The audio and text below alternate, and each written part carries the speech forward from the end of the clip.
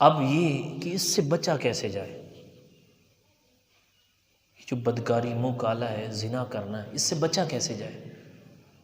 میرے آقا نے خود ارشاد فرمایا، اے نوجوانوں نکاح کرو، اگر تم میں طاقت ہے نکاح کرو، یہ تمہاری شرمگاہ کی حفاظت کرنے والا ہے۔ نکاح تمہاری شرمگاہ کی حفاظت کرنے والا ہے، تمہاری نگاہوں کی حفاظت کرنے والا ہے۔ یہاں تک فرمایا اطلبوا الرزق بالنکاح، فرمایا نکاح کے ذریعے رزق کو تلاش کرو، نکاح کے ذریعے رزق کو تلاش کرو، اللہ تمہیں غنی کر دے گا، مال و دولت عطا فرمائے گا۔ میرے آقا علیہ الصلوۃ والسلام نے ارشاد فرمایا لم نرا للمتحابین بالنکاح، فرمایا کہ ہم نے دو محبت کرنے والوں کے لیے نکاح سے بڑی چیز دیکھی ہی نہیں۔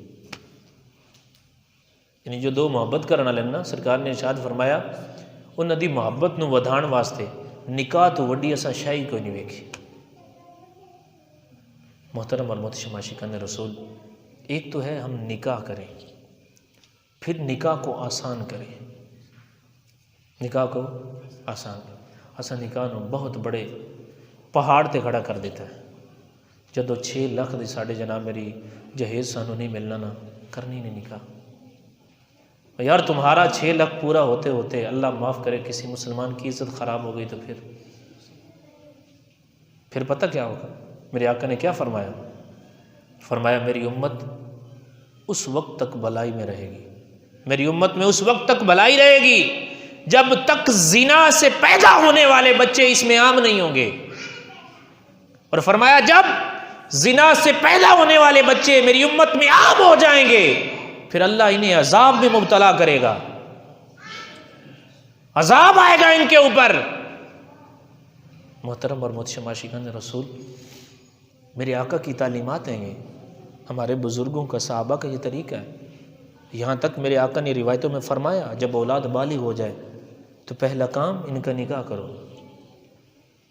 ان کا نکاح کرو، اپنی اور دوسرے خاندان کی عزت کو محفوظ کرو، 2 خاندانوں کی عزت محفوظ ہو گئی۔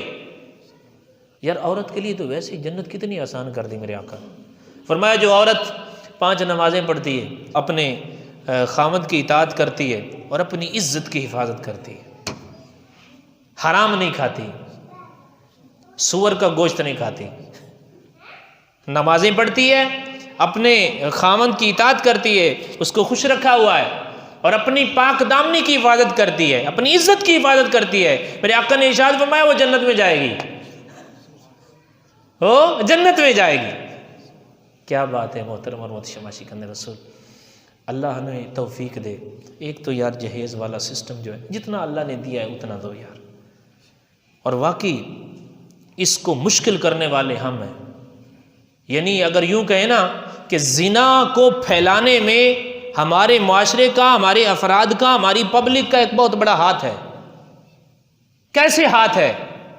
آپ نے کہہ دیا رشتہ دار آپ کا غریب ہے کہ جب تک جناب آپ 6 لاکھ کا جہیز نہیں دیں گے میں اپنے بیٹے کا نکاح بھی نہیں کروں گا تمہاری بیٹی سے۔ کیا ہوگا پھر؟ تیسرا راستہ کون سا نکلے گا؟ جب آپ نے حلال راستہ بند کر دیا تو پھر کیا ہوگا؟ محترم اور محتشم عاشقان رسول، ایک تو اپنے بچوں کا جیسے بالغ ہونا نکاح کریں، پھر اس نکاح کو آسان کریں۔